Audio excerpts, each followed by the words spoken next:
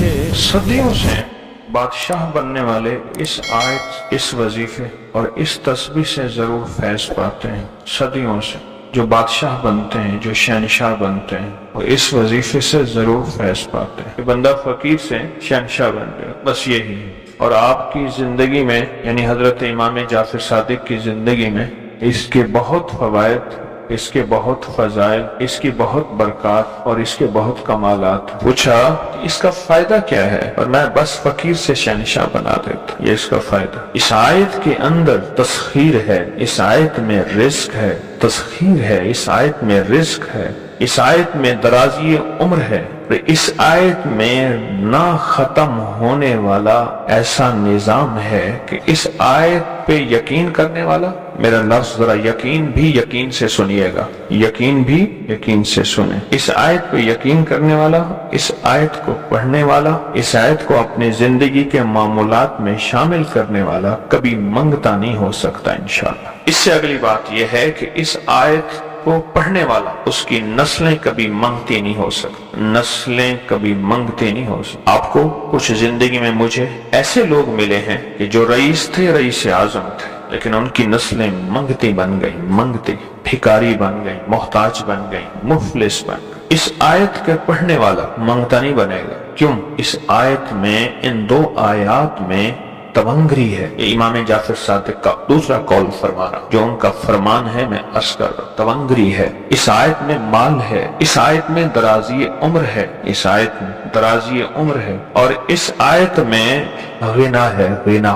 اغننی بفضلک امن سوا، مجھے فضل، مجھے پتا ہے مولا میں غنی ہوں گا تیرے فضل سے۔ وَأَغْنَنِي، محنت سے نہیں، اس فکرے کو خاموشی سے غور سے سنیں۔ وَأَغْنَنِي، میں غنی ہوں گا اگر ہوں گا تیرے فضل سے، مجھے کلمہ نصیب ہوگا اگر ہوگا تیرے فضل سے، مجھے قبر میں نکیرین کے سوال و جواب میں آسانی ہوگی اگر تو ہوگے تیرے فضل سے، اور یہاں تک کہ اگر مجھے جنت ملے گی تو تیرے فضل سے ملے گی، جنت بھی اگر ملے گی تو تیرے فضل سے ملے گی، جنت بھی ملے گی تو تیرے فضل سے ملے گی۔ اس آیت میں، یعنی ان دو آیات میں غنا ہے، غنا، غنا ہے اس آیت میں، اور اس میں ضرورتوں کا پورا ہونا ہے، حاجات کا پورا ہونا ہے، اور اس آیت میں کفایت ہے، کفایت۔ ایک بندے کا کھانا 100 میں پورا ہو جانا یہ کفایت ہے۔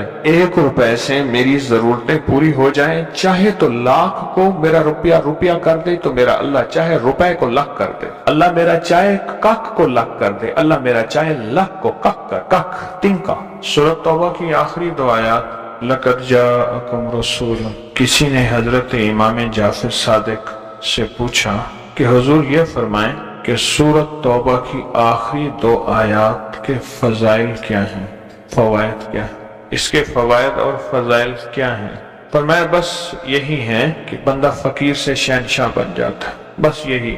کتنے بڑوں نے، مخدوم نوح صاحب حالہ سندھ، بہت بڑی ہستی ہیں، مزار ہے، دربار ہے، مخدوم محمد نوح حالہ سندھ میں، ان کی عمر بہت لمبی تھی۔ کسی نے ان سے درازی عمر کا راز پوچھا، فرمانے لگے میری درازی عمر کا راز سورۃ توبہ کی آخری 2 آیات، مخدوم نوح صاحب۔ اس ویڈیو کو لائک اور شیئر کریں، اب کریں یوٹیوب چینل کو سبسکرائب کریں، اور روزانہ زیادہ سے زیادہ سبسکرائب کروائیں۔ آپ دوسروں کے لیے صدقہ جاریہ بنیں گے، اللہ پہلے آپ کے دکھ ٹالے۔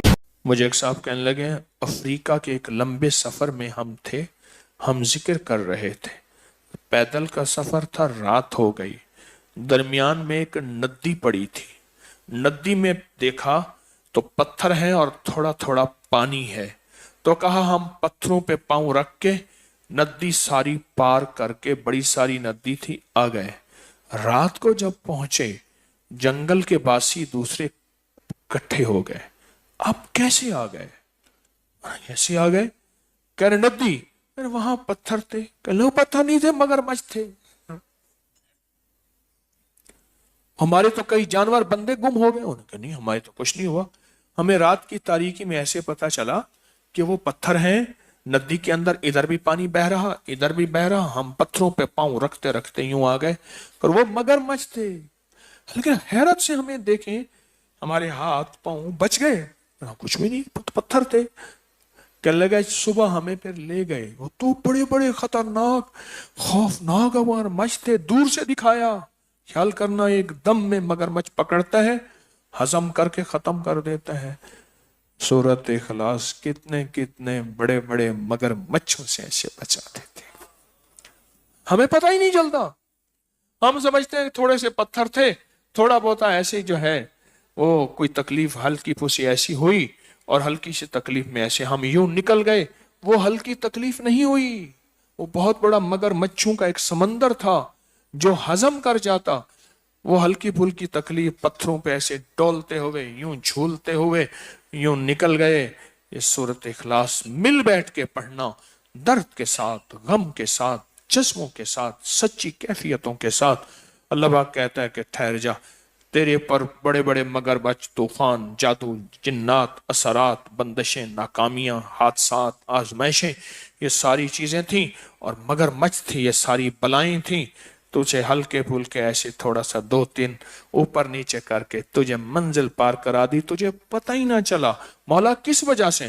کہا وہ تسبیح خانے تو نہیں گیا تھا، سورۃ اخلاص نہیں پڑھی تھی، 11 جمعراتوں کی حاضری نہیں ہوئی تھی، تو پوری دنیا میں کام چھوڑ کے تسبیح خانے کے انتظار کر کے فلاں ملک میں فلاں جگہ نہیں بیٹھا تھا، کیا آج وہ بلائیں آفتیں تجھ سے ہٹ گئیں۔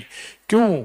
تو میری صفائیاں بیان کرے، تو لوگوں کو میرے بارے میں کہے میرا رب پاک ہے، بے نیاز ہے، کوئی بیٹا نہیں، کوئی بیٹی نہیں، جنا نہیں، ایسا نہیں، ایسا نہیں، اللہ اس سے پاک، اللہ اس سے پاک، اللہ اس سے پاک، اللہ اس سے پاک۔ تو لوگوں کو میری تعریفیں کرے، میری محبتیں دکھائے، میرا تعلق بنائے، سارا کچھ کرے، پھر مگرمچھ یہ تیرا کچھ کر سکتے نہیں کر سکتے۔ اس ویڈیو کو لائک اور شیئر کریں، اب کری یوٹیوب چینل کو سبسکرائب کریں اور روزانہ زیادہ سے زیادہ سبسکرائب کروائیں۔ آپ دوسروں کے لیے صدقہ جاریہ بنیں گے، اللہ پہلے آپ کے دکھ ڈالے گا۔ جی کہ میرا بھتیجا تو بھتیجی ہے، وہ دونوں ادھر آنا چاہتے ہیں، تو ان کے لیے کوئی پڑھنے کے لیے بتا دو، ان کے پاس اتنے پیسے بھی نہیں ہیں، تو پیسوں کا بندوبست نہیں ہو رہا نا، تو وہ بہت پریشان ہے بیچارے نا، تو ان کے لیے کوئی پڑھنے کے لیے بتا دو پلیز، مہربانی ہوگی، جو ان کا بندوبست ہو جائے، ادھر آ جائے میرے پاس نا۔ آپ کے پاس آ جائیں، ان سے کہیں کہ بسم اللہ توکلت علی اللہ لا حول ولا قوت الا باللہ، اس کو بہت کثرت سے پڑھیں، اور بہت زیادہ کثرت سے پڑھیں، اس وظیفے کو دونوں میاں بیوی پڑھیں، بہت زیادہ پڑھیں، یقین سے پڑھیں، اعتماد سے پڑھیں، دھیان سے پڑھیں، فائدہ ہوگا، نفع ہوگا، اور انشاءاللہ خیر ملے گی، برکت ملے گی انشاءاللہ۔ لائک کریں، سبسکرائب کریں، اور زیادہ سے زیادہ لوگوں کو سبسکرائب بھی کروائیں۔ آپ لوگوں کے لیے صدقہ جاریہ بنے، اللہ آپ کی تمام مشکلات کو ختم کرے گا۔